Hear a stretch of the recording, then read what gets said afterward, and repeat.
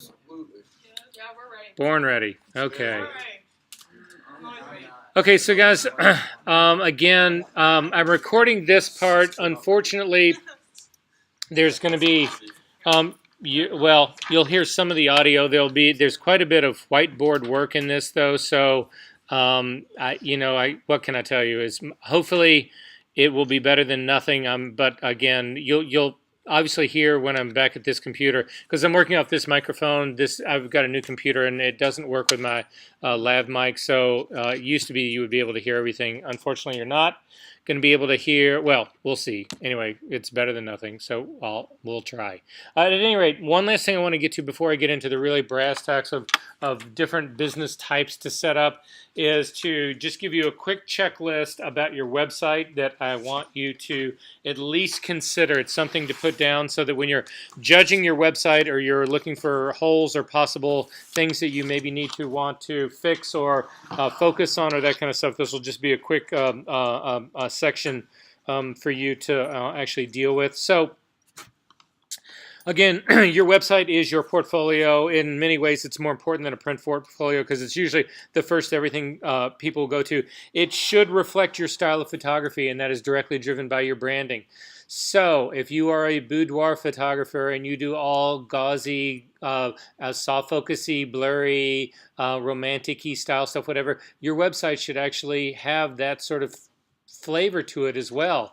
If you're a really hardcore, down and dirty, in there, in the crowd, sports photographer who's got blood, sweat, and tears all over you, and that's your gritty kind of photography, that's the kind of website. Your website should reflect that part as well. Your website should actually be an extension of your branding, and it doesn't just end at your website. It's everything should be that. If you are that same down and dirty, hardcore sport, only deathmatch kind of photographer, your stationery should be covered in blood and shit. So at any rate, just throwing that out there, that those are the things that help you determine that.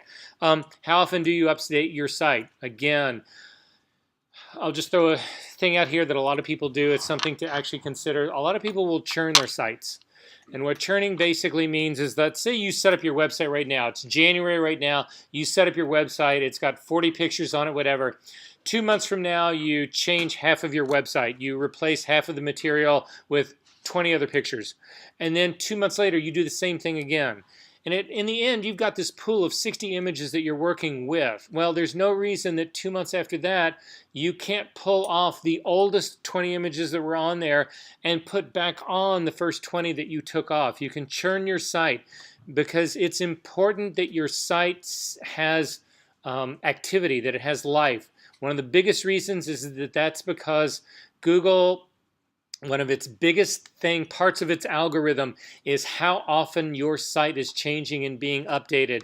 And if your site has got a lot of life to it, if it's being changed and updated and that kind of stuff, often you go up much higher in the rankings on Google. And in the end of the day, Google is pretty much what it's all about. So that's a big, important thing to actually consider doing that. If you were doing a blog on your website and you were updating that once a week, then your site would be refreshed once a week, and again, that would actually raise it up higher in Google's ranking, which is sort of what you need to. So you need to actually make that a priority. It's not a bad idea to consider putting that in your calendar, because again, you say to yourself, okay, I'm going to update my website every 2 months. And then 4 months go by and you're like, fuck, okay, I got to update my website. If you put it in your calendar and you make it a reoccurring thing every 2 months at the end of the month, whatever, just like, I don't know, paying your bills, you update your website, whatever, it becomes automatic. You need to put those systems in place. If you trust yourself to do it, you're a better person than I am. But in all likelihood, you're not. You just won't do it. Tyler? Are we going to learn about SEOs in here? Yeah, it'll be the very last day. Okay, so again, something to think about there. As far as the website itself goes, I cannot stress this enough to you. If you are using Flash on your website, you are out of date and you are in trouble. There's an entire Apple ecosystem out there that will not support your website. Get away from Flash. HTML5. If you don't know what I'm talking about, don't worry about it. But if you do know what I'm talking about, this matters. How many people in here are doing their own web work, their own website work? No, that's fine. I do my own. No, that's fine. I mean, we just hate ourselves. This is what it really boils down to, right? But so there's virtually nothing that you can do in Flash that you cannot do in HTML5. So you need to wean yourself off because nobody who owns an iPhone can see your fucking website, and that is a problem. And there's just no getting around it.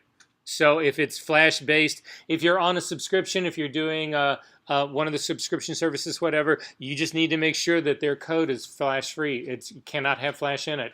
And that may mean you have to make adjustments to your website or adjustments or something, but you have got to get Flash out of your website because half the world cannot see it if you've got it in there. In terms of the structure of your site, again, we all know the experience of being online. Faster is always better. If you have got really big images, you are killing people because, again, people are not going to wait for your images to download.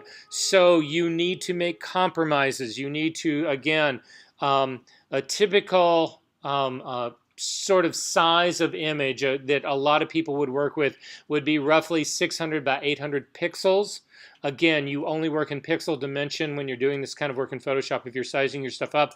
It would all be then converted to JPEG. You do want to embed sRGB. sRGB is the color space of the web, so that's what you want your work in that you're actually going to be taking to the web. And then finally, the compression. You can use like in the scale, a typical scale in Photoshop is 0 to 100. You would use a compression. 60 is considered a high compression, or it's considered high quality. So when you look at the way files are compressed in Photoshop, well, here, I'll show you one really quick.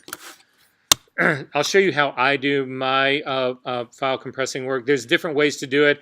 Photoshop has actually made what I'm going to show you right now a legacy issue, but I'll show you what it looks like nonetheless. Let me see if I've got something that I can open really quickly. Oh, yeah, well, this is actually, yeah, this will work. This is some of my wife's work. All right, so here, this will be a perfect example. So this is a 19.7 megabyte image. If you put that on a website, it will take somebody 10 minutes for that image to show up. They have long since left you. So again, I'm going to crop this image, and I'm going to do this because this is the size of the images on her website, 570 pixels by 780 pixels, and you can see it's cropping off just a little bit of the top and the bottom, but I'm okay with that. I will go ahead and hit return and return again. This image has now been cropped to that pixel dimension. Then to actually save this for web, I come up to the File menu, down to Export, down to Save for Web Legacy. Dialog box will open up. You can do the original, an optimized version of it, a 2-up or a 4-up. I always do the 4-up because it'll show you different compression parts of this. I'm going to pick this one right over here. It's the one that's actually outlined in this. In the setup over in here, you want to change this to read JPEG. By default, it's usually GIF. You would then change these compressions. These, again, this is the quality.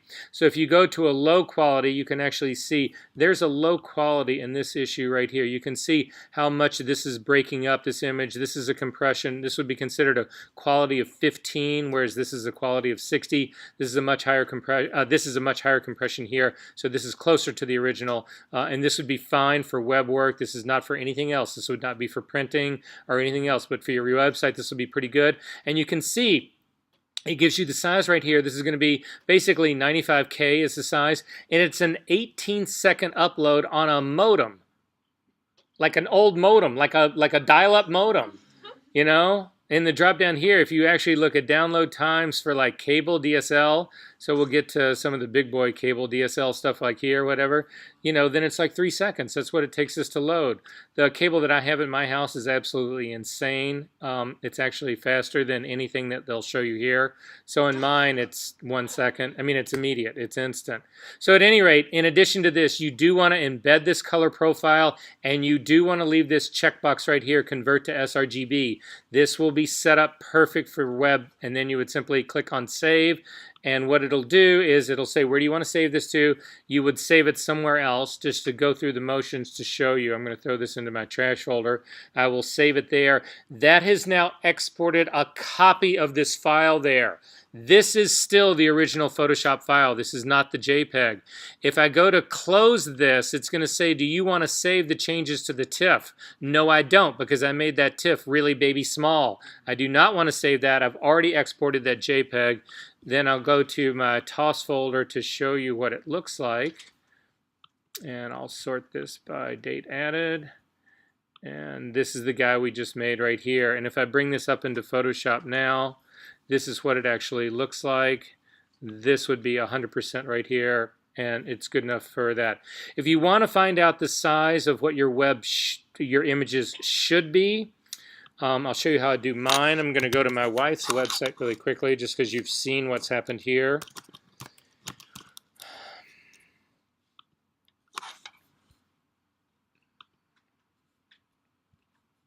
So if you've already got a website that exists,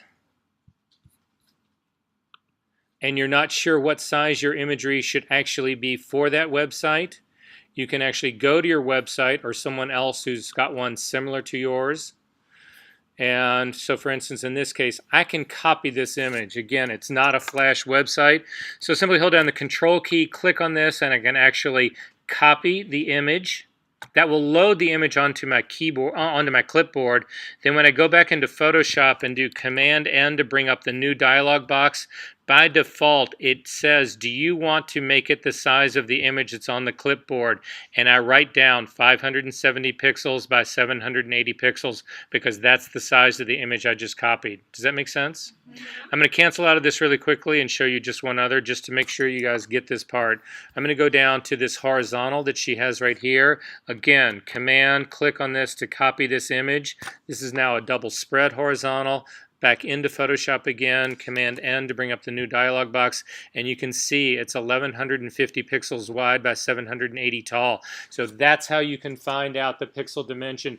Nobody works in inches, nobody works in picas, everybody works in pixel size for your website. So that's just the basic way to do it. This dialog box is also legacy. It's the older dialog box. If you're working in the new version of Photoshop and you haven't changed that, you don't get this dialog box. You get something basically that will sell you content off Adobe's site. So if you want to get the one that I use and that I see, come up to your Preferences menu, come down to General, I think, and it's this checkbox right here, Use Legacy New Document Interface. This is the interface that was in Photoshop forever, and it's just a whole lot better. It's a whole lot better way of working. So anyway, other questions about that? We good? Okay. So in addition, so your website, your images need to be small enough, but good enough. Again, you don't want to make them so small that they fall apart. So what I've just showed you would be a perfect way of actually doing the majority of websites out there, good size as far as that part goes, good compression. You need clear contact information and an about page in your website. You need well-organized portfolios. One of the things that I would caution you in doing is do not try to name your portfolios. Do not do fashion, and then beauty, and then animals, and then lifestyle, and then don't do that. Because again, you are typecasting your work if you do that. You are boxing that work in. The work that actually might get you a job with somebody may be in a category that they have no intention of looking at, but because you mislabeled it, or you buttonholed it, or you did whatever to it, whatever, they never see it.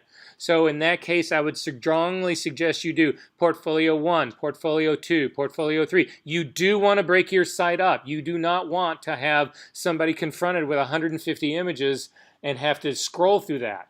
You want to break it up to make it manageable, but again, I would strongly suggest using nondescript labels as a way to actually do it. If you are doing e-commerce, if anybody is in here is thinking about selling stock, so anybody who's doing music work in here, that kind of stuff, event work, if you want to do stock and you actually have, your website should be designed to sell that stuff. So if I all of a sudden see the picture of, you know, Bob Marley that I'm dying to have on your website, I want to click the buy button. Amazon has made all of us believers in that process. So anyway, just something to consider doing. File delivery. I don't know about most of you guys, but in my case, I have a service provider. I manage my own website. I use GoDaddy. I'm not endorsing them. It's just one that I use. There's a million of them out there, but most of them have options where you can set up for file delivery. Now, you can do that with Google Docs. Will allow you to do that on some level. How many people are using Google as a storage place, cloud stuff? And how much storage do you get?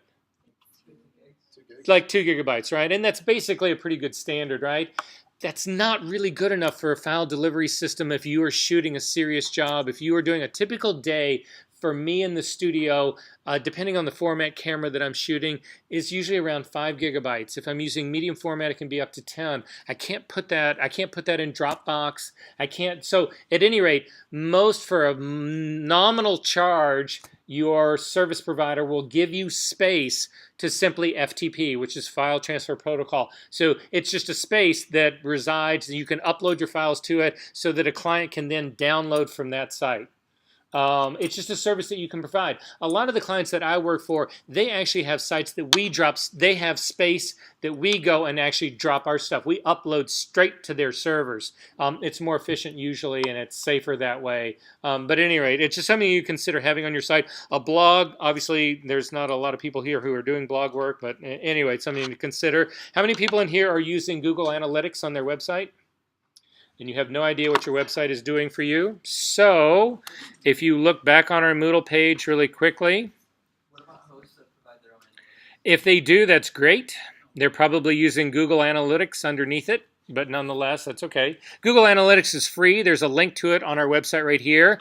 If you click on it, you can go to it. You'll see, again, they want you to sign up for it. So basically, again, most of the things that Google does simply requires you having a Gmail account. Gmail accounts, you can have thousands of them. So you could pick one if you don't want to get any information from them at all. You can create just a website, a Gmail account, whatever, that strictly functions as your business entity to do shit like this, right? But nonetheless, if you've already got a Gmail account, you simply sign up for Google Analytics. They will give you code that you insert into your website. Now, again, if you don't know how to do that, then you pay Gabby $500 to help you do that. She pays me a cut, 25%, so I get $125 of that because I am her agent.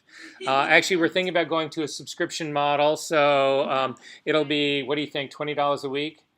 25 a week, okay, I like that. Okay. At any rate, it's a piece of code that you put into it, but what is the advantage of that is that then from that point on, anything that is clicked on your website is tracked.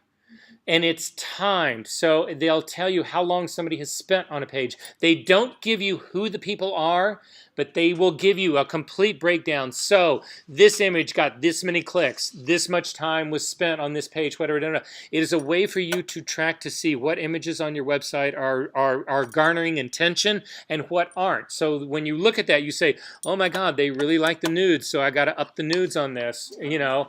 Well, the girl who got the, Sports Illustrated thing, whatever. I mean, it's like, aren't there enough bikini pictures in the world? Like, you would think that somebody has to follow somebody to get more of that. Anyway, not blah, blah, blah, blah. Okay, so at any rate, this is just an incredibly important thing because it gives you insight onto what of your website is actually working and what's not. It's double. So if you've got images on here that are getting absolutely no response, no traffic at all, whatever, you know. You also know how deep people are willing to go into a given portfolio. Did they quit looking after the first picture or the second picture? Did they go all the way to the end? Did they look at all of them? But it just gives you that kind of breakdown. So it's actually, and it's free, it's something that you should have on there. If you do not know how to do this stuff, spend the money to hire somebody who does. Website designers are relatively inexpensive because, again, what you're looking for is more polish. You're not necessarily looking for... I spent an absolute fortune, again, back to the really bad agent that I had. He was also Matthew Ralston's agent in LA, which is a huge thing. I mean, Matthew Ralston's a very famous photographer. And he insisted that I use Matthew Ralston's website designer to design a website for me. And $8,000 later, I had a website that fucking it played music. There's shit that flew out of it. There's just, I mean, it did everything. It was like, but it took forever to load. It was a really bad show of work, whatever. And it was just this huge, it was awful. I kept it for a month and then I threw it away and I started from scratch again on my own with like a page. Loaded real fast, whatever. But anyway, so I'm just saying. Anyway, so we've already talked about this. The steps that you're going to make in part on the assignments that you're going to do. You're going to determine the needs of your audience. You are going to figure out what your unique selling point is. You are going to start thinking about a marketing plan on this. You are going to consider optimizing your website. And then what is the single most important thing you're going to remember and the number one takeaway from tonight? It's all about the money. Yes! Correct. Absolutely correct. Okay, so now we're going to get more into the nitty-gritty part of this. You remember I promised you we were going to get into more of the, not really the umbrella part, but the other part of this. So this is going to be the more nuts and bolts brass tacks of this part. And I'm going to find most of these things hopefully up here online. And let me see. Business comparison chart. If you want to, this is going to be on our screen right now. If you want to open this up on your own screen, you might be able, it might be a little bit easier to see it. I'm going to hopefully just open this up in another window, and we'll actually be able to take a look at it. So there are different types of business entities that you can have that have profound consequences for you as a business person. And so we are going to talk about 3 of them basically. We might touch on a 4th one, but I'm going to talk about these 3 to begin with. The first and the one that most people will do when they first get out of Columbia College, whatever, would be a sole proprietorship. And basically what that means is that you're in business for yourself. You don't have to do anything. You don't have to register with the state. You don't do anything. Basically, you're working for yourself. You spend money on expenses. You earn money. You get income, whatever. And at the end of the year, you figure all of that out. And you use your personal income tax return to file and to pay your taxes. So basically, any money that you spend as an expense that's a legitimate expense comes off of your income. Whatever's left, you actually pay tax on, and you fill it out on. And it's very similar to the 1040 you guys have already done. Now, in most cases, all of you guys so far have probably worked for somebody else, and they send you a W-2 form if you've on staff with them, right? And basically, a W-2, it reports the money that they paid you. It's the way the government can check to make sure that what you're reporting on your income tax return is actually what the company paid you. It's a check for them, for the government. So that's what that whole thing is about. But in most cases, you guys have no justifiable expenses for what you do. So let's say that you work at Starbucks. Well, you have no expenses at Starbucks. You're not running that company. You simply go there and work. They pay you a salary. You take that home. That's the money that you're taxed on. However, when you go into business for yourself, things change. When you go into business for yourself, expenses become an issue for you. And so what happens in a sole proprietorship is they add a page to your tax return called a Schedule C. And a Schedule C is where you list all the expenses that you had in your business. So again, I'm going to go to the whiteboard right now, and I'm actually going to find something, hopefully, that is dark enough that you guys can actually see this.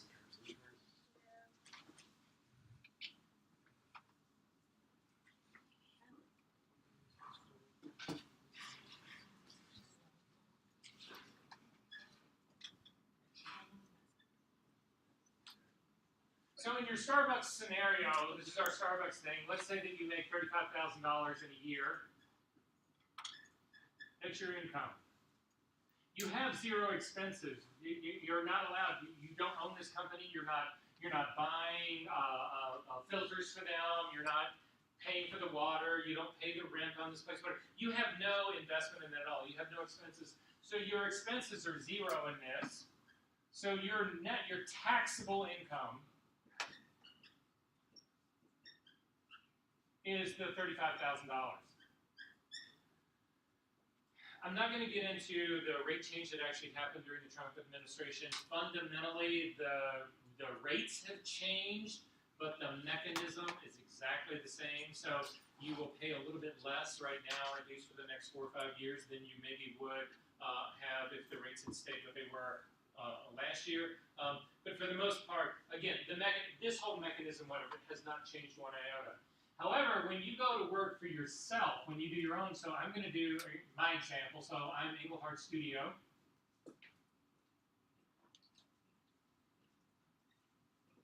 And I also make $35,000 in shooting fees. That's what I just got. So this is going to be my photo fees.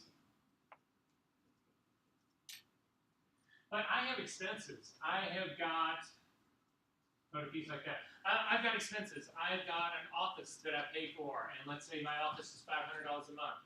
That's $6,000 a year. So I'm going to do my expenses down here. Well, I'm going to break it out over here so that we can keep it separate. So my expenses, so my office is $6,000 a year. My what else am I sure? My let's not do office. Let's do studio. Makes more sense. My seamless expenses for a year is $1,000. The catering during my photo shoots is $4,000.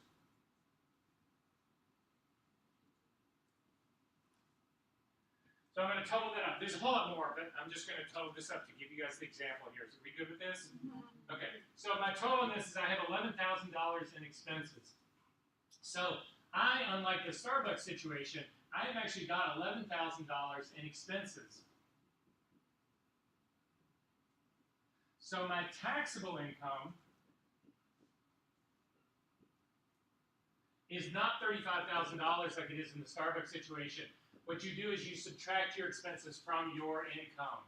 So I've got a taxable income of $24,000. So if you say, typically in a $35,000 situation, you would be, let's just do it, I'm going to say a 10% tax bracket just to keep the math easy. Okay? It's realistically good, probably closer to 15%, whatever, but I don't want to do that math. So let's just say we're in a 10% tax bracket. The taxes that you would be paying for your Starbucks thing, you would pay $3,500 for taxes because it's at 10%. That's your tax rate. But in this situation over here, in the Engelhart Studio situation, 10% of this is $2,400 in taxes. So again, this would be my 10% tax rate. So you can see what has happened is that the expenses have reduced my income, which in turn reduces my tax burden. Does that make sense? Yeah. Are we good on this? The other thing to point out about this, or to think about this, is that when people say, oh, you can write that off, the issue about writing stuff off is that this expense situation always works like this, where you are subtracting the expenses from the income, and then whatever is left is done at the rate. So what you save in taxes, so let's say let's say this right here, I have $11,000 in expenses, and I can say, well, yeah, that's $11,000 that I can write off. That doesn't mean I get $11,000 off my tax bill. Does that make sense? I don't get, they don't figure out my tax bill. They don't say, okay, Verser made $35,000, 10% of that is $3,500, but he's got an $11,000 write-off, so he's not going to pay any taxes at all. It does not work like that. Does this make sense? So it's always done in this fashion. So what you always do is the income, you take the income first, you total up all the expenses, they are subtracted. What is left over is what is taxed. That is the taxable part. If you have no expenses, again, in the Engelhart Studio situation right here, there's a year that I could maybe have no expenses. I don't know, I didn't buy anything, I didn't, whatever. Then again, this would like zero out and my taxes would actually be the exact same. Does that make sense? So the stuff that you write off goes into the expenses. Absolutely, it does.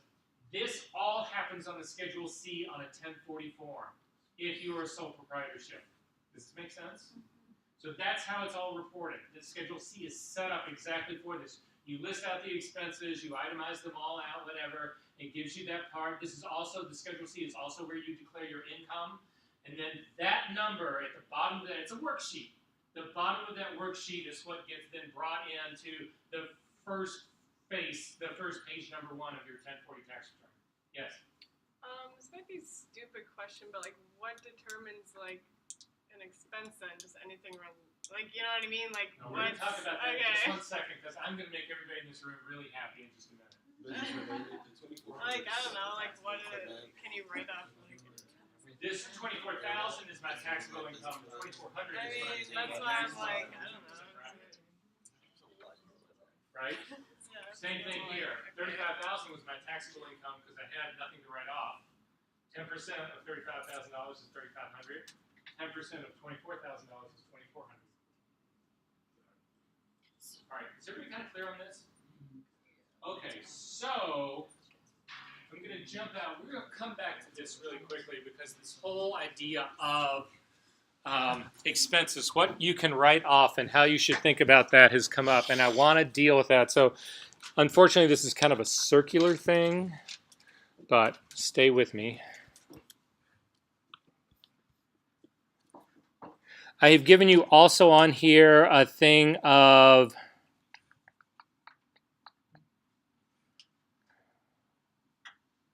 income and expense categories. These are actually taken straight out of my books. So you can see in this case, I've got several categories of income. And Peyton, this is exactly what I was talking to you about before. I've got photo fees here that are income, and these would be Illinois, but then I've also got photo fees New York that would be listed as income. So, and I'm going to show you guys one of my, the software that I use to actually do my books in. So I'll show that to you, and I'll show you how this part ultimately happens. But these are all income sources. Now, this gets a little confusing because right up here I've got photo expenses as income. What the hell does that mean? Things that you build for clients. Exactly. So I can buy a roll of seamless for $35 and sell it to my client for $70. I make money on that. That's income. But that's not a fee for me. That's not tracking my photo business. I want to separate my photo fees, what I'm getting paid as a photographer, from what I'm marking stuff up on, right? There was a pretty well-known photographer here in Chicago who actually had his own production company as well. He got the very last of the Spiegel accounts. He was shooting until they pretty much went out of business. He was doing the last part of it. He was actually billing, so he was doing the photographer, but he was also doing the production part of it. So he was doing hiring all the models, making all the airplane arrangements, all the kind of stuff, whatever. That he had a company doing. He wasn't doing it. But anyway, he was making roughly $500,000 a year as a photographer, but he was making over $2 million in his production company. It was important for him to know the difference because when he lost that account, clearly that had an impact on his photo, his photos, the photo income part of it, whatever, but it was a huge impact on his production company. So it was a way to keep a track, the difference between those two. And it's just something, so that's what is going on here. I also, if you charge sales tax, which is a tax strategy we're going to talk about in this class, sales tax is considered income because you bill it, then you have to pay it to the state. It ends up being a wash because you bill, let's say I bill $100 in sales tax to my clients. I have to turn around and pay that $100 to the state. That is an expense to me. The expense offsets the income and it's basically a null thing. But I've got to track them, right? Then I also do processing. How many people in this room when was the last time you in this room processed a roll of film? Good. Recently? Okay, well, that's all gonna change, at least in your mind mentally. You don't actually have to process, but again, there's a tax strategy that's involved in all of this. You guys wanted to learn about the nitty-gritty tax stuff? This is gonna be a whole eye-opener for you guys, believe me. I've got to do something to keep you coming back, right? I got to do something to keep you awake and coming back, at least for another 4 weeks.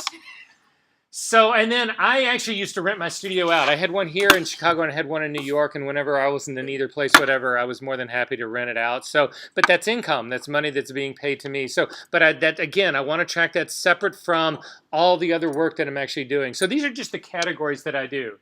When it comes to expenses, again, I am incorporated. I have a profit sharing program in my corporation. That's what this 401k part about is. So that's not really going to apply to you guys necessarily right now.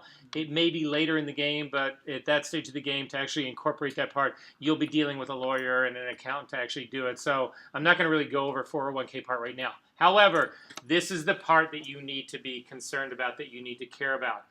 All of these are legitimate expenses that you can write off and that you need to track. So a lot of this seems pretty obvious. Accounting fees. I pay an accountant to do my taxes. That's an expense for my business. I track it. I write it off. Whatever my income is, whatever my gross income is, that amount of money that I pay my accountant gets subtracted from that before I establish what my taxable income is. Does that make sense? Yeah. By the way, in taxable income, I wanted to show you guys one other thing, example really quick, and then we'll come back to this to go through this. So back to my $35,000 a year that I'm making in Engelhart Studio. Let's say that instead of $11,000 in expenses, whatever, I actually have $70,000 in expenses. Well, my taxable income is now a negative $35,000. Whoa. The government does not accept negatives in any tax box. They don't allow those things. What the government does is they will actually just say zero, that is my taxable income. So I will pay no taxes, but I will also have lost $35,000 because I way overspent the money that I was making. This is not a good tax strategy. So, okay, no, this is a great, one of the number one lessons that my lawyer said to me once, and I've always held it to heart, possibly consider tattooing it on my ass. He said the worst tax strategy is avoiding income. And this happens to a lot of people. A lot of people say, fuck, you make all this job, but I gotta pay all these taxes on it. That's a good thing. Paying taxes is a good thing because it means you're making money. Everybody hates it. Don't get me wrong. I hate it. Everybody hates it. But nonetheless, it's a good indication. It's a healthy indication that you've actually got a business going. So at any rate, okay, so and then going down the list, accounting, advertising fees, that seems relatively, so your advertising, the stuff that we were just talking about, the stuff that you spend on postcards, the stuff that you spend on postage. Postage is going to be down here. I'm going to actually get down to that in assistance, whatever. But again, all of those things you would track, those are all legitimate expenses. Advertising, that's what that comes under. I had alarms in my studios. That was actually deductible. All my assistance fees are deductible.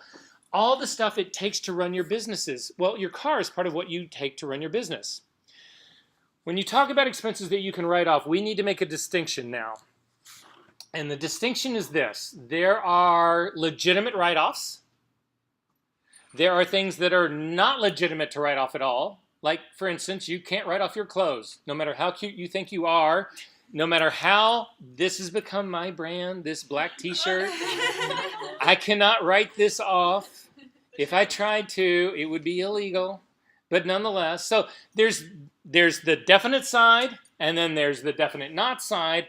But then there's this middle area. And the middle area are things that you need to be careful about.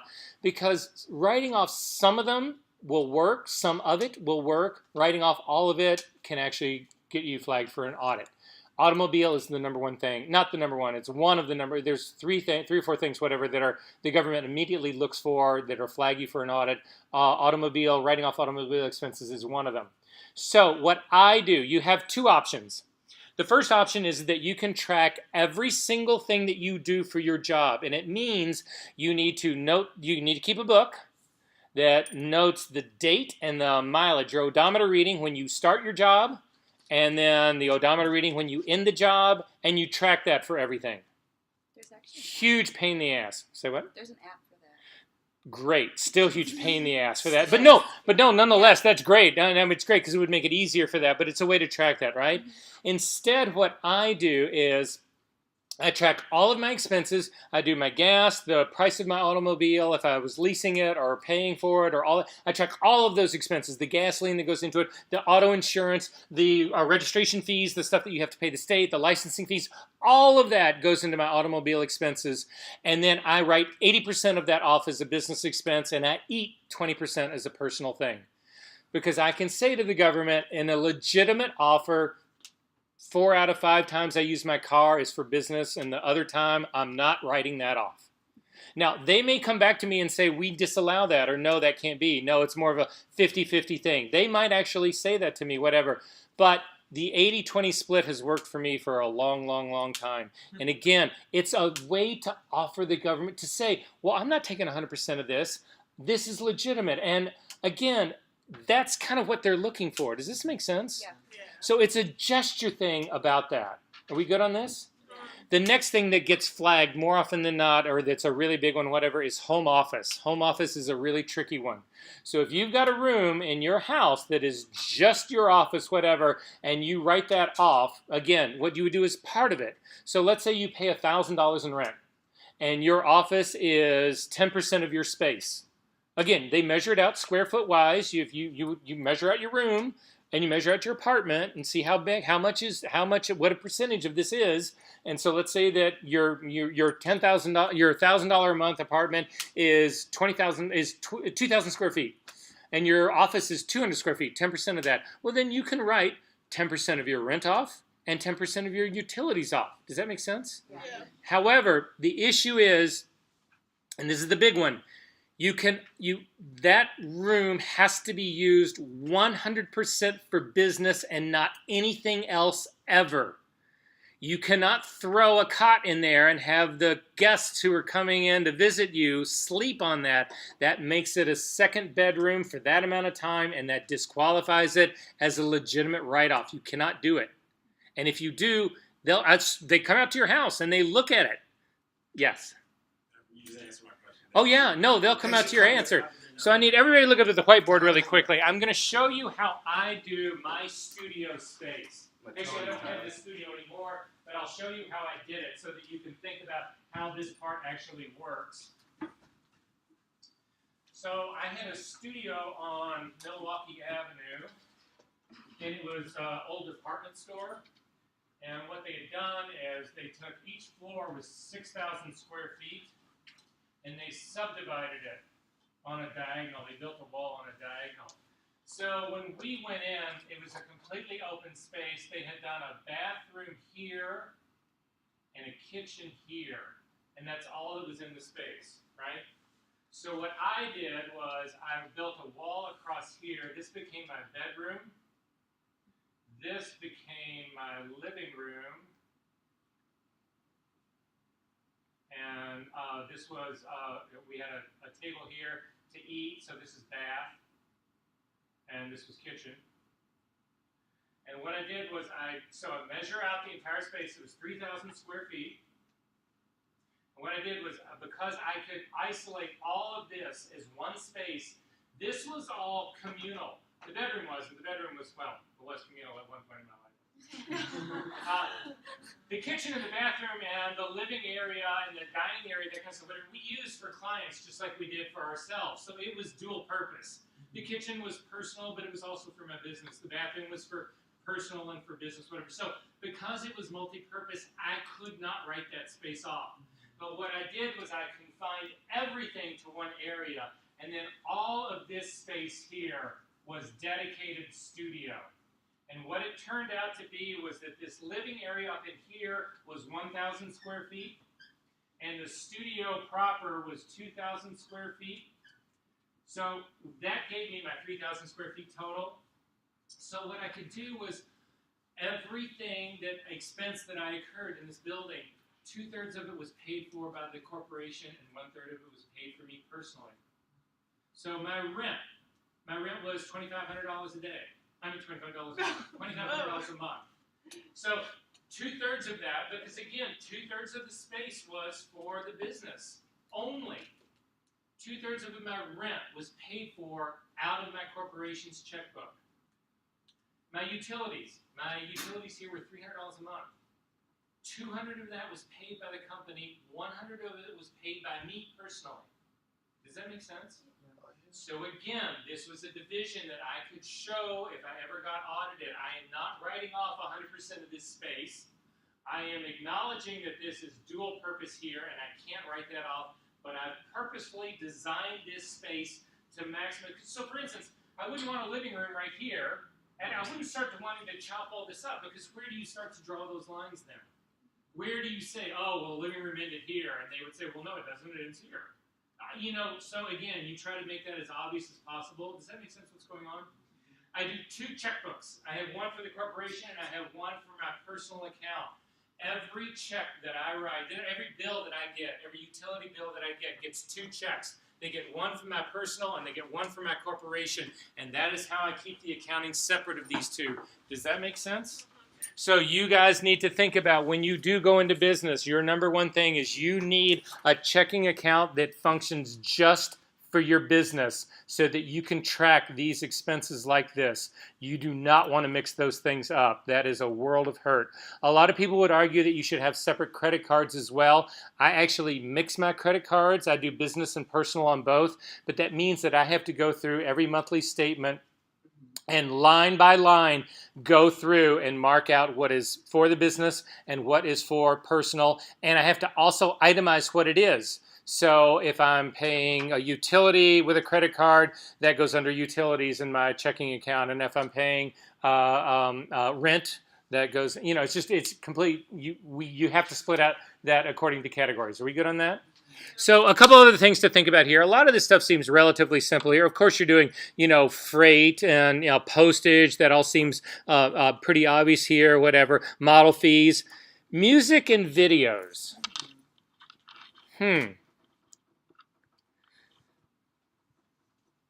What do you guys do for a living? You're photographers. You're visual, right? Don't you need to be visually literate and current? What's the source material for that? Every movie that you see, your cable television, your internet, every magazine that you buy, every book that you buy, every CD that you buy, every CD that you download, every music thing that you've got, all of that informs you as a visual artist and is a legitimate business deduction. Yeah. Yes. So in the event that you would, let's say, business account and a personal account, Yes. would that be a smart move to bill those specific things to your business account? Oh, absolutely. They get paid for out of my business account from the get-go. So check this list out, guys. Again, this is the first one that comes up. So movies and videos, but again, this list goes on. So how many people in this room, what does a Sunday copy of the Tribune cost? $1.50. No, it's like $4 now. Right, okay. So let's do this really quickly. So everybody in this room buys a copy of the Sunday Tribune. Obviously you do, I know you do, because you have to be visually informed. So that's $4.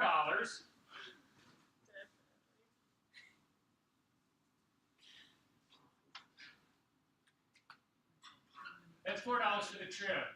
But you're also fashion conscious, so you also buy a copy of the New York Times every Sunday. I'm not even talking about the weekly paper. I'm just talking about every Sunday. That's another $4 hit right there.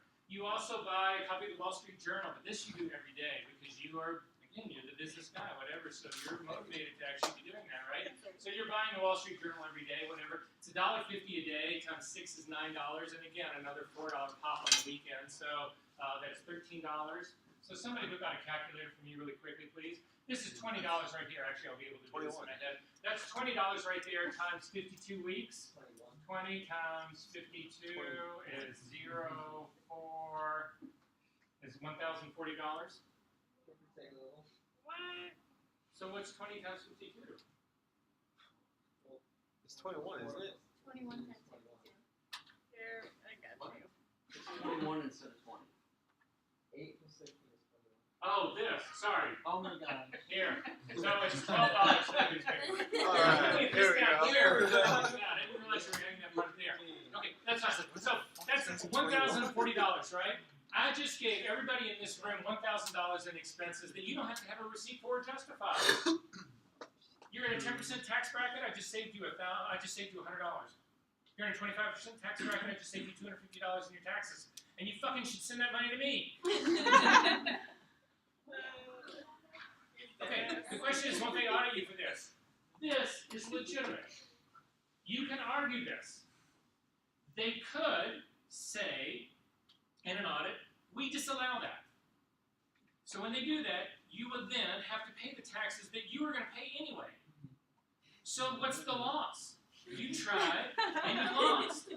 However, no, wait, but there's another caveat to that. There's another part to that. So you tried, they disavowed it, you pay the taxes that you paid anyway. So you're no worse off because you just paid the taxes that you were going to pay anyway, unless you were aggressive about it. But they could also slap you with a fine. They could hit you with interest and penalty on this because you deceived the government. Guess what interest and penalty is? It's a write-off for the next year. You deduct it as an expense on your next year's taxes. You guys wanted to know this is going to be about this and then some. This is serious. This is really serious. Anything that you can think of. The trip you're going to do to Paris next week, that is location search. He's like, I don't know what the It's hell's not so fucking funny. scamming. You're in Paris, aren't you going to take pictures? Couldn't you then conceivably use those pictures in your work? You could say, wow, I would love to go to Paris to do this fashion shoot. Or, wow, I love the landscapes in Paris. Or, I was on a research project here. I'm going to use that in my compositing work. I needed background material. I'm going to Hawaii next month. Is this not your legitimate business? My accountant said to me, Verser, he goes, the one thing that he loved in life was fucking the government out of money. And he said, hey, you have the best business in the world to do it. He worked for a whole lot of photographers. Very sad guy. I mean, he's Very Oh, sad wait, guy. what? no, it's very. I love the guy. It's very sad he's gone. He's Oh, whatever. very sad guy. But he was just like, but this is built for this. It's what you do. What do you do in your life that is not informing your visual identity, which is your work? You're not some fucking engineer, or you're not working on, you're not an auto worker on the line. That's not your job. Your job is this creative art field thing, and everything that impacts that is a legitimate expense, at least in the beginning. Now, I don't believe you should be illegal about this. If this is, I'm saying that you don't actually have to buy these newspapers, no one will ever know. So that, that clearly would be illegal. I'm not trying to convince you to do that. I'm just saying that this possibility exists. No. You can take that for what it's worth. I do the very same thing. It's gotten much harder now with bus passes, but I used to do the very same thing with bus passes and parking meters. Right? Who keeps track of parking meters? Right? So your parking meter is at least, well, fuck, now it's at least $5 a day minimum, right? So but you're still doing the quarter thing, even though but it's $5 in quarters, and you're still putting them in there because there's no way to track that. You don't get receipts for that kind of stuff, whatever. So you're putting in the $5 a quarter, whatever, and you do it 200 days out of the year. That's another $1,000. In a 20% tax bracket, 25% tax bracket, there's another $250 you've written off. So far now, I've given you $500 in tax write-offs, tax savings, and this goes on. What is your cable bill? You can write it off. What is your internet bill? You can write this off. Every movie, every magazine, every book. Your books inform your visual language. Yes? The problem I think was that this teaching advantage of write-offs that you are going to do anyway, not get more, or shoot for more write-offs just to do write-offs. What I say to everybody is this. I am as aggressive as I can possibly be, but I do not fabricate anything. I'm not illegal. Well, like the point is, like, don't do things just to be a write-off. Take advantage of write-offs that are write-offs anyway. Oh, They're going to absolutely. do anyway. Absolutely. Yeah, I mean, you don't want to spend money that you don't want to, there's no reason to spend it. Your cell phone, key to your business. So at any rate, does this make sense what's going on here? Are we good on this? Yeah. So back to the different categories in business. So in a sole proprietorship, what happens in that scenario is that, again, it's just like what has always happened before when you got the W-2 form and you fill out a 1040. Although now you have this additional schedule, the Schedule C, that tracks this expenses and income of your business. That ends up at the bottom of that, you end up with an income amount that then gets transferred into the front page of your 1040, and that's what you pay taxes on. And that's it. And it's pretty much simple like that. Does that sort of make sense? However, there's a problem with this. And the problem with this is liability. And liability is a huge issue for us because we are in a business that people can get hurt in easily. I can't tell you the number of stories I've seen people hurt, seriously hurt in photo studios. It's a lot of big gear. It's a lot of heavy shit. Stuff falls, all the time. I mean, stuff just happens. And there's a liability in that. As a sole proprietorship, you carry that liability forever. You cannot discharge it. So what does that mean? Well, that means somebody gets a boom falls and they lose an eye. And they sue you for that. And the going price for an eye is $1.5 million. And that judgment goes against you. You are liable for that. There is no way. You cannot avoid that. You will have to pay that. It doesn't matter how long it takes. Bankruptcy does not get rid of that liability. You own that for the rest of your life until you die. Your sibling or your heirs, your kids, that kind of stuff, they do not inherit your debt. But until you either pay it off or you die, it's on you. It's not just physical liability like that, it is also financial liability. If you get into trouble, if you do that scenario right there and you spend a couple of years, you're making $35,000 a year, but you're spending $70,000 a year, you do that for 4 or 5 years in a row, all of a sudden you're so deep underwater you can't. Your credit cards are maxed out, you can't get a loan for anything, whatever. You're toast, you're done, whatever. You have to declare bankruptcy. Kiss your credit goodbye. You are liable for that financial burden as well. And even though bankruptcy will get you out of that, you'll destroy your credit. That sucks. So Verser, tell me there's got to be a better way. There is. And it's the next thing we're going to look at over here, called an LLC.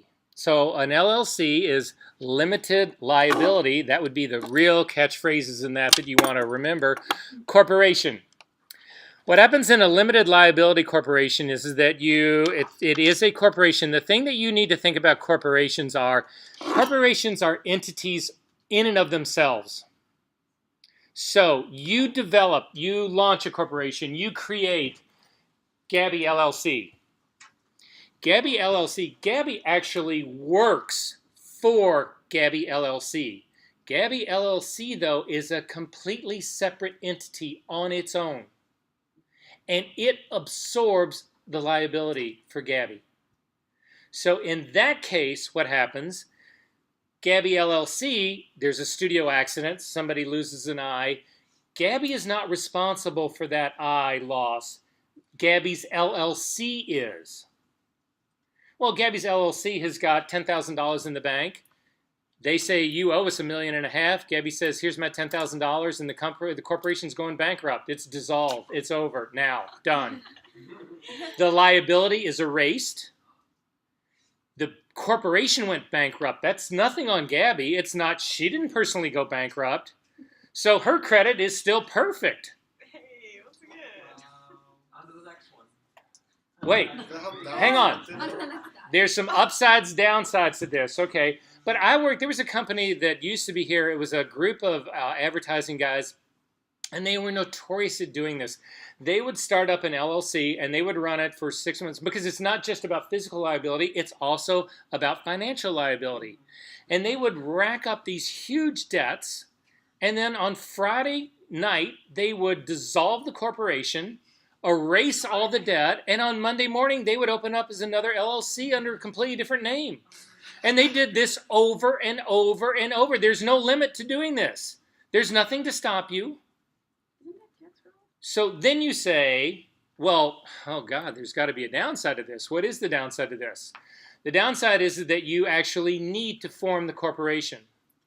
So when you do that, again, if you go back to our website, down here at the very bottom, this is the actual Illinois application for an LLC. LLCs exist in the state that you do this in. So if you were to do an LLC, although I could be wrong about this, you could do an LLC here and possibly operate in New York. But if you were operating and living exclusively in New York, you would probably want to do another LLC in New York. But nonetheless, this is the application for Illinois. And this is a website that will walk you through the steps that you need to actually register to do an LLC. You do not need a lawyer to do this. You can actually do this on your own. Do you know what it costs to actually establish an LLC in the state of Illinois? $150. So you do this form, you follow the little code thing, whatever, you write out your check for $150, you send it in, you come up with some creative name for your corporation because it can't just be Gabby LLC, although I like the name, but, you know, at any rate, Johnny Danger LLC. I like that better. And then you do your entire business through your LLC. Does that make sense? Yes. You eliminate, or not limit, you limit the liability. You don't completely eliminate anything, but you limit the liability. Does that make sense what we're doing here? However, just like in a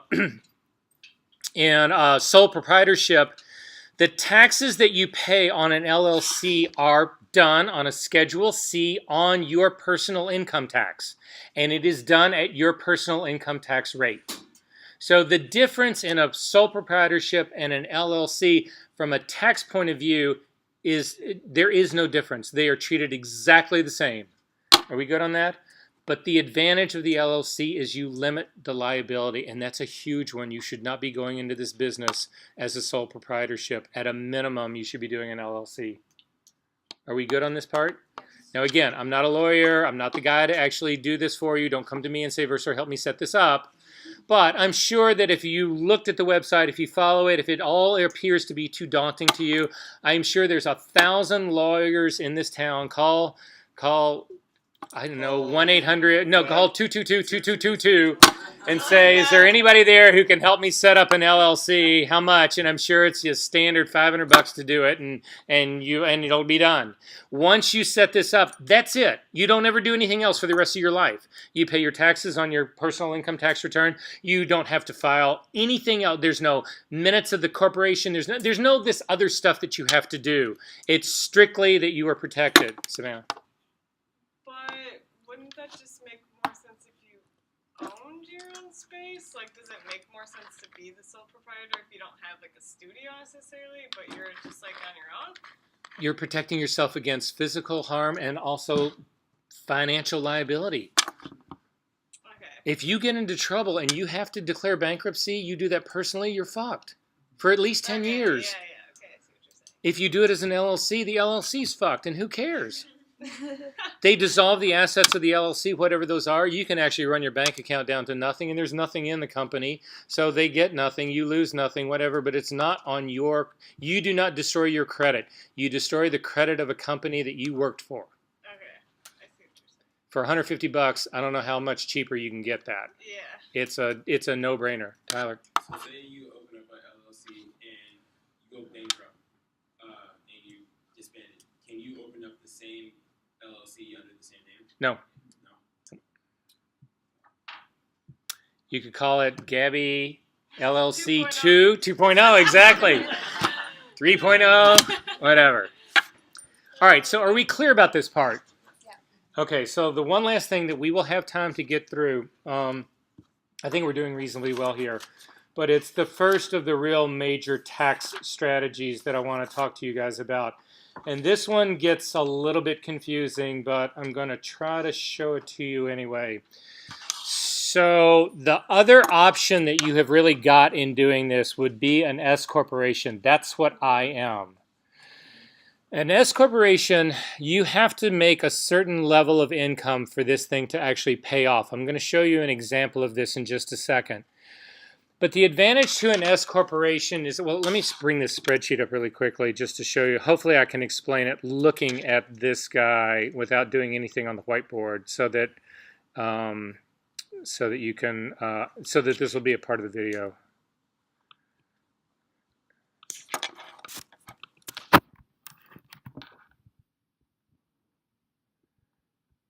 Okay.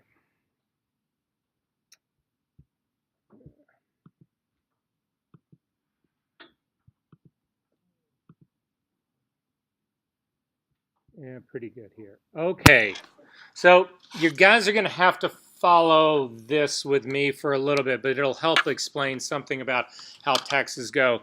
So we're going to start over here on the far right-hand side under this LLC right here. I'm going to try to get out of the way so you can see these categories. Now, an LLC, this is actually a tax breakdown, how things would actually work. So I'm going to walk you through it. If you get lost in this, please stop me, or if we need more clarity, that's fine. We'll actually do that part. Because this is, again, you guys, I told you, we're going for the big guns here. This is the real deal stuff. So at any rate, this is not, we're out of fluff land now and not looking back. So in all the columns here that are listed as LLC, you can actually put in sole proprietorship in this as well because the taxes would be identical. Again, they're all done exactly on your tax return on your 1040. They're done all exactly in the same way. As a matter of fact, if you want to see this spreadsheet, it's also on our website. So if you want to, if you want to look up here, that's fine. If you want to look at it on our website, it is Income Strategies LLCS Corporation. If you double click on that, you'll see the exact spreadsheet that I've got going right here. So here's how it works, and I'm going to just kind of go down the list right here. So you've got an LLC, and you make $100,000 in income. That's what you actually get paid. That's your gross income. So on your tax return, your salaries and wages are listed at $100,000. Does that make sense? I'm not putting any we're not putting any other expenses in there. We're just assuming that all expenses have been taken out already before I get to this $100,000. Okay, because the expense thing just complicates this. Okay, so $100,000, which means that you've got $100,000 in salaries and wages. Okay, well the first thing that comes off of this is FICA. Does anybody in this room know what FICA is? No, FICA, it's a FICA score, you're right, absolutely right about that. But a FICA payment is Social Security and Medicare. You have to pay Social Security and Medicare on whatever you earn, no matter how little it is. Even if you're in a 0% income tax bracket, you still have to pay Social Security and Medicare because that is the investment that the government's taking this money out of you with the promise that they are going to give it back to you when you turn 65 and retire. Yeah. You're going to get your Social Security money back, and we're going to pay for all your health care insurance.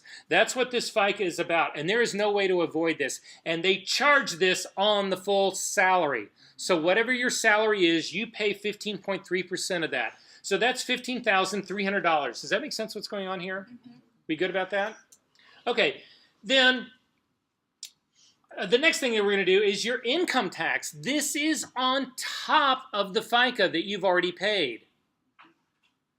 So in the case of $100,000, you're in a 33% tax bracket. You would pay $33,000 in taxes. That would be your income tax. Does that make sense? So in this case, you're doing your own taxes, so you have no accounting fees. You don't need a lawyer to actually do any of this work. You can fill out your 1040 yourself. You don't have any dividends, and I'm going to talk about what dividends are in just a second. You don't have any dividend income. So your net income after the end of it all is you take your 100 grand, you subtract your FICA, you subtract the tax that you paid, and you end up taking home $51,700. Does this make sense to everybody? Are we good on this? Okay. Really quickly, we need to jump out and talk about stock in corporations. So, very, very simple. Very, very simple. Corporations like an S corporation, like Engelhard Studio. I have a corporation. That corporation is owned by stockholders. There's shares of stock that are issued. I own them all. Just how it works, but I own them all. So, at the end of the year, a corporation makes money. That money is returned to the shareholders in the form of dividends. So, if the corporation makes money, at the end of the year, that money is distributed to the shareholders in dividends. And that's why there are shareholders. That's why people invest in the stock market, is to earn dividend income. Does that make sense? Mm-hmm. The thing about dividend income, though, is its maximum tax rate is 15%. So you only be taxed on 50% of it? No, my tax rate is 15%. Oh. So here's the trick about an S corporation. Your first lesson in tax thievery. I make the same $100,000, right? But this is an S corporation. Verser Engelhard works for Engelhard Studio. Engelhard Studio is real stingy. They only pay Verser Engelhard $6,000 in salary. Oh my God. I come up with this number. $6,000 is my salary. My FICA payment, 15.3% of $6,000 is $918. Not $15,300, $918. That's what I'm paying because my salary is only $6,000. Make sense? Mm-hmm. Therefore, my income tax is 15% on $6,000. I'm only paying income tax on $6,000 because that's my salary. Mm-hmm. So my income tax hit is $900, not $33,000. But we're not done. The money that is then, in order to have this S corporation, I have got serious accounting and legal fees, about $8,000 a year. It can run around somewhere between 5 and 10 is typically what it will run. You have to do quarterly income tax returns. You have to file business meetings of every business, whatever. There are huge expenses that are involved, and they're every single year. They don't end. For an S corporation, it's got to file minutes of your meetings with the government every single year. It's just trust me, it's an $8,000 hit at least. That's what mine was the last year when I figured this out. Does this make sense? What's going on? So I take my salary and I subtract that from the 100,000. I subtract the FICA from it. I subtract the income tax from it. I subtract the accounting costs from it, whatever, because I need to get rid of that. What that leaves at the end of the day is $84,182 left in the corporation. That needs to be distributed as dividends, which it is. But I'm the only stockholder, so that $84,000 all comes to me. Does that make sense? Yes. However, I have to pay dividend income tax on that, but the highest rate on dividend tax is 15%. Not 33% up here, but this 15. If I had $5 million in income, it would be taxed at 15%. This is how Donald Trump pays less taxes than you. Yet he makes billions of dollars. His tax rate, what he's doing in essence is he's recategorizing money from salary to dividend. And when he does it, he shifts his tax rate. So instead of being at a 39%, which is what he would be, it drops down to 15%. Donald Trump pays 15% in taxes on billions of dollars of income. Bullshit. You can do it too. No. So in my case, the 15% tax on this $84,182 is $12,627. And so at the end of the day, if I subtract all of that, my net at the end of the day as an S corporation is $67,737, which is $16,000 more than it would have been had I done it as an LLC or a sole proprietorship. Yes, So $67,000 is what the company walks away with. that's what I walk away with.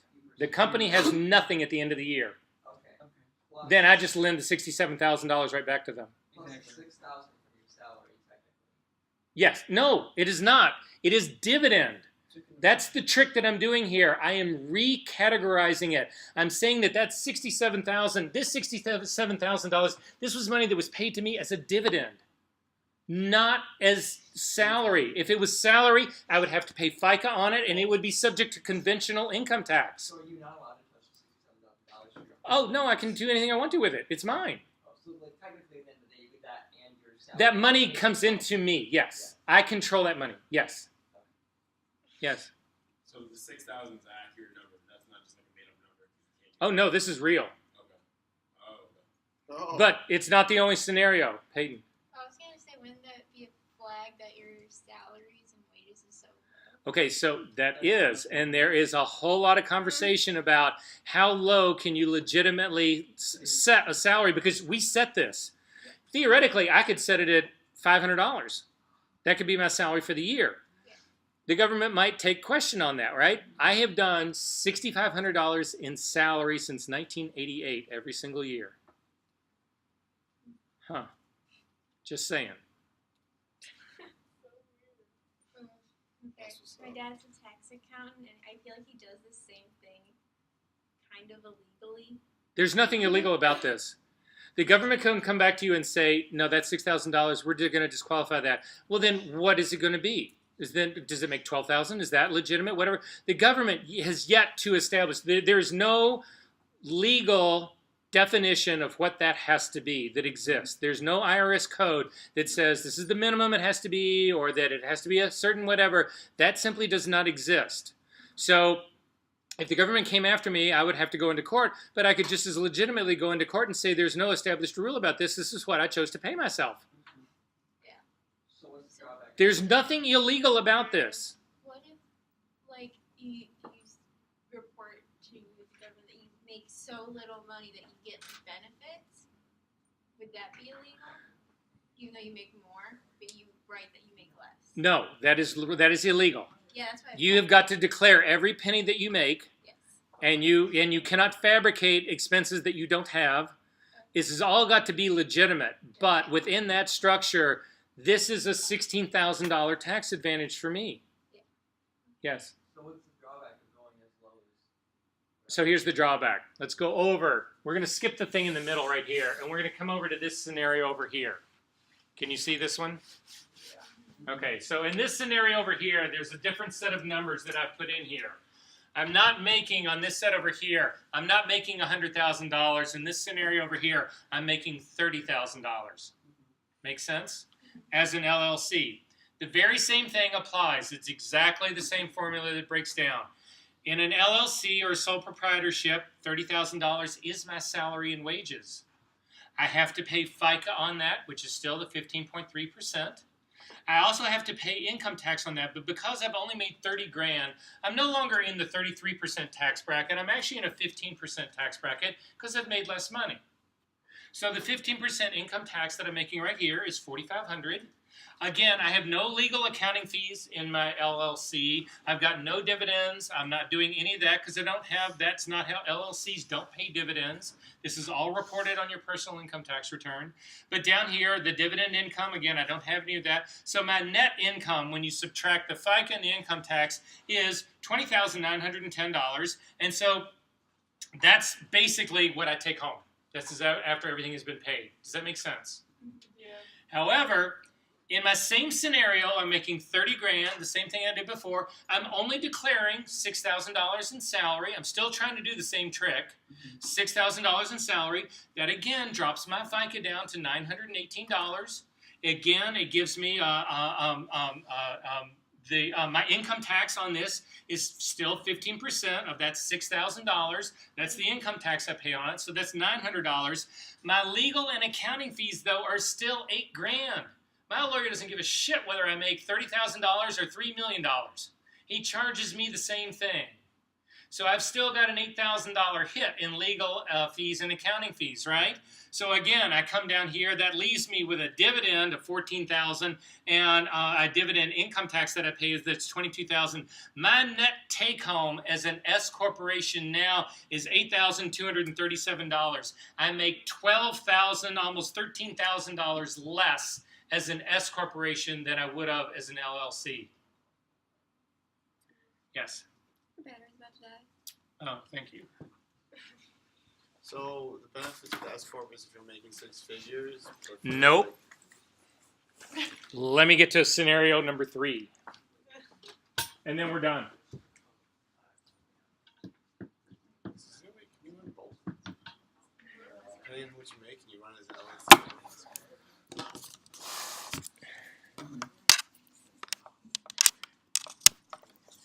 Okay. So final scenario, scenario number 3. Clearly at $100,000, it's an advantage to be an S corporation. At 30 grand, it's a disadvantage to be an S corporation. There's got to be a sweet spot in the middle, and what is it? At an income of $68,235. Aren't you impressed that my numbers are this precise? If you go through the exact same scenario that we did, the 68 is all your salaries and wages. You're paying the FICA on that. You're paying the income tax on that. In this case, because it's 68, this is more of a, not a 33% tax bracket. This is closer to a 25, which is what we've got going here. There are no accounting fees. There are no dividends, no dividend tax income, whatever. My net take home after going through all of this is $40,736. If I do the same scenario in an S corporation again, the 68.25 is what I make. I pay myself $6,000 in salary. I have $918 in FICA. I've got $900 in income tax. I still have my $8,000 in accounting fee. I've got dividends of $52,000, which I have to pay 15% of, which is $7,863. And at the end of the day, I have exactly the same amount of money. $1 more than this, $68,236. I would be better off being an S corporation. $1 less than this, I would be better off being an LLC. Yes. Oh, fuck, yes. At one point, I counted it up. I did, in the state of Illinois, I did personal income tax return, but then the corporation had to do an income tax return for the end of the year, but also had to do quarterly, so that's 6. I had to do the exact same thing for the feds, that's 12. I also had to do the state of New York, which is additional 6 for just the state for the corporation. So where I was at, that's 18. But you also have to do it for the city of New York, so that was another 6.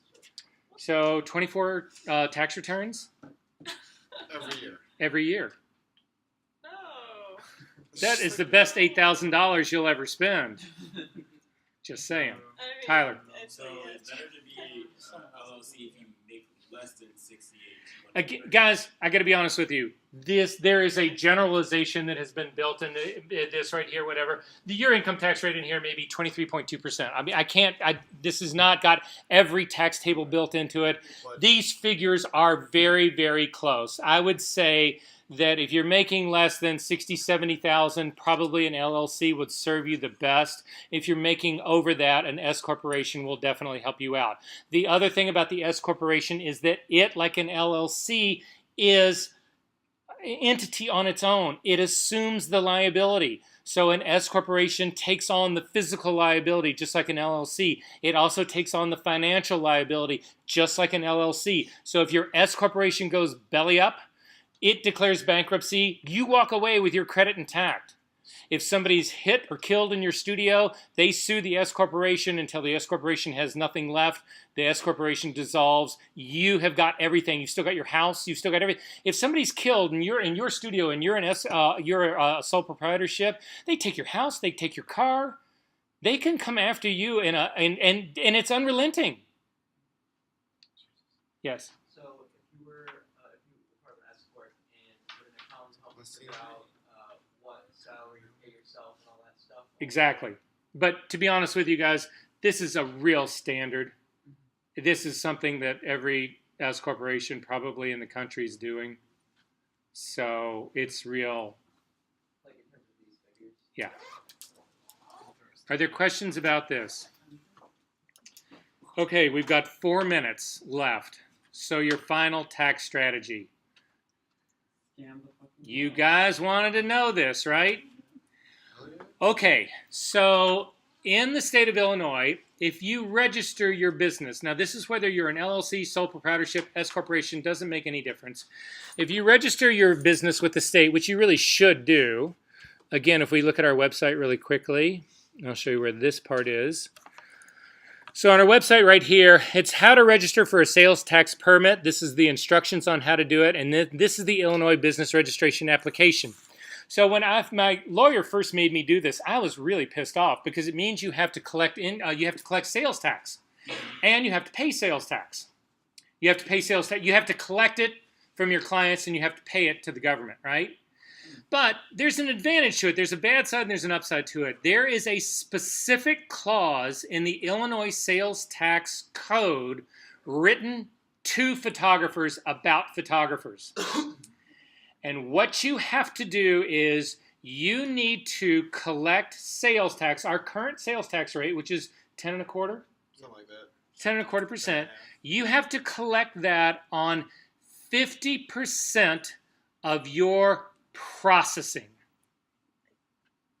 This was written in a time when people had film. So film processing is what they're talking about. So if I spent, if I have $100 in processing, I go to a lab, I spend $100, whatever, I have to charge my client 10.25% of that, $10.25 on that $100. I have to charge that to my client. I have to collect it, and then I have to send the government half of that. But what do I get in return? The other half of the sales tax?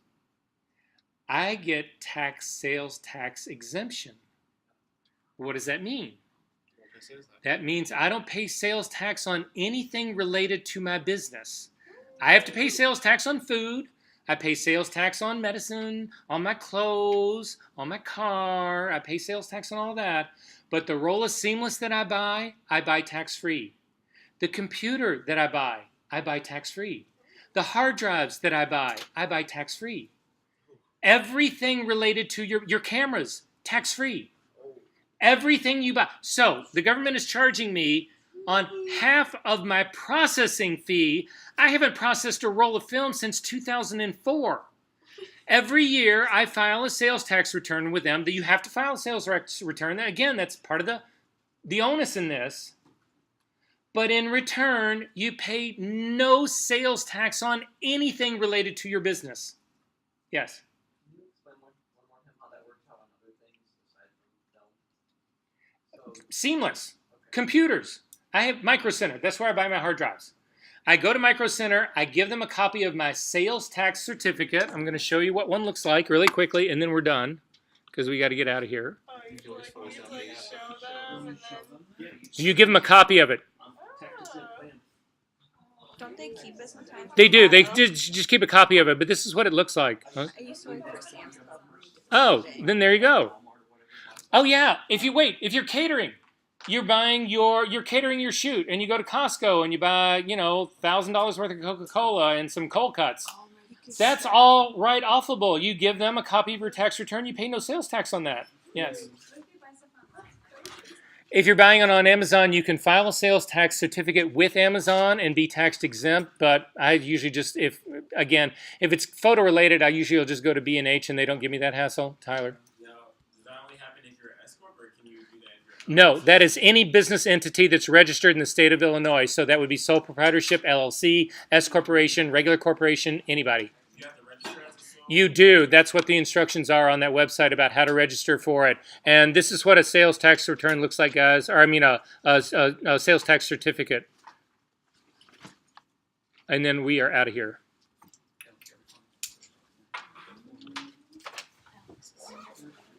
I've heard of it. It's an interesting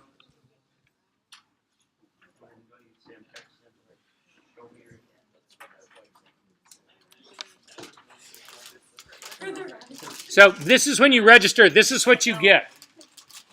So you get this thing, Illinois Business Authorization. They give you how long that this is going to, when it's going to expire. I've got to renew mine in 2014. So this is an old one. No, I've got one now that's probably 2020 or something like that. This is my sales tax number, whatever. You give this, a copy of this, to Micro Center, and they plug your name in, and you are listed as a tax. You basically are tax deferred. You do not pay tax on any of that stuff, and it's anything that you can bring in to be for your business. So realistically, if you were going to build a set in your studio, you could take this to Home Depot and not pay tax on the lumber that you buy at Home Depot. You don't pay tax on the paint. That is a part of your business. That is for your sets. You don't get charged the tax. It's taken off of your bill. You don't pay it.